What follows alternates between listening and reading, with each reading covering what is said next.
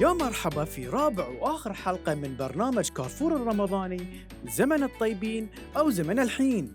كل شيء بسيط، راح نسأل سؤال والمشتركين اللي معانا راح يحركون السلع اللي أمامهم عشان يختارون أجوبتهم، موافق أو غير موافق، ونسمع رأيهم. يلا نروح لأول سؤال. أكثر شيء أحب آكله في العيد على الريوق هو البلاليط. ما تحبين البلاليط؟ ليش يمه؟ بلاليط حلو أمي. شو تحبين عيال؟ جيمات. الجيمات. ليش حطيتي غير موافق؟ لأن أنا ما أحب البلاليط الصبح في العيد، أحب العصيدة. شنو يعني عصيدة؟ عصيدة طحين نطبخها ويا الشكر ونحط مايوات زعفران والهيل، نحركها ويا الماي ويا الطحين لين تيبس، بعدين نحط عليها بيض من فوق ودهن وناكلها. حلوة هالمرة جرب كل. أنت شو تحب؟ البلاليط. بلاليط؟ إيه زين البلاليط على بيض. لازم كل عيد نلبس ثياب جديدة.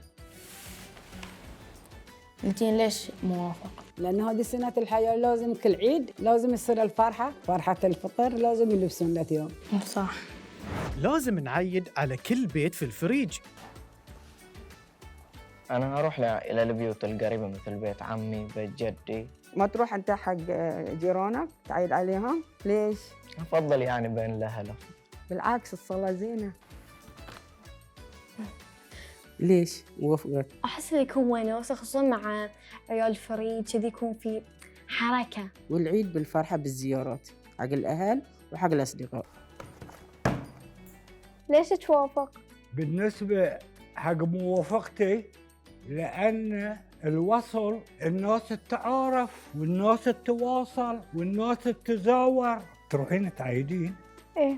على جميع البيوت أو على أهلك وجماعتك وأصدقائك.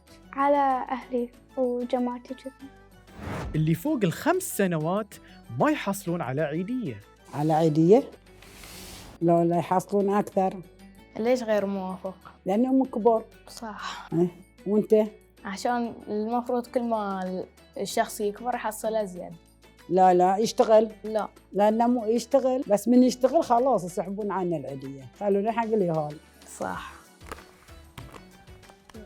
ليش؟ يعني فرحة العيد لازم بالعيدية. بالضبط. انتي ليش اخترتينا موافق؟ لأن خسارة لنا. بس احنا يعني نستاهل. تستاهلون. أحسن إن نسافر في العيد بدل ما نقعد في البيت. ليش يما ما تبين تقعدين في البحرين؟ وين تبين تروحين يعني؟ كويت. ليش تروحين الكويت يما؟ أنا بروح أكل. تسافر في العيد ولا تقعد هنا تعيد؟ نسافر في العيد. تسافر؟ احنا ما نسافر، انا ما اسافر، ماما اقعد هني اطلع الديره اطلع الحفلات، يسوون كل شيء يسوون هني. لا نسافر. عليك بالعافيه. أحلى شيء في العيد هو العيدية. صح.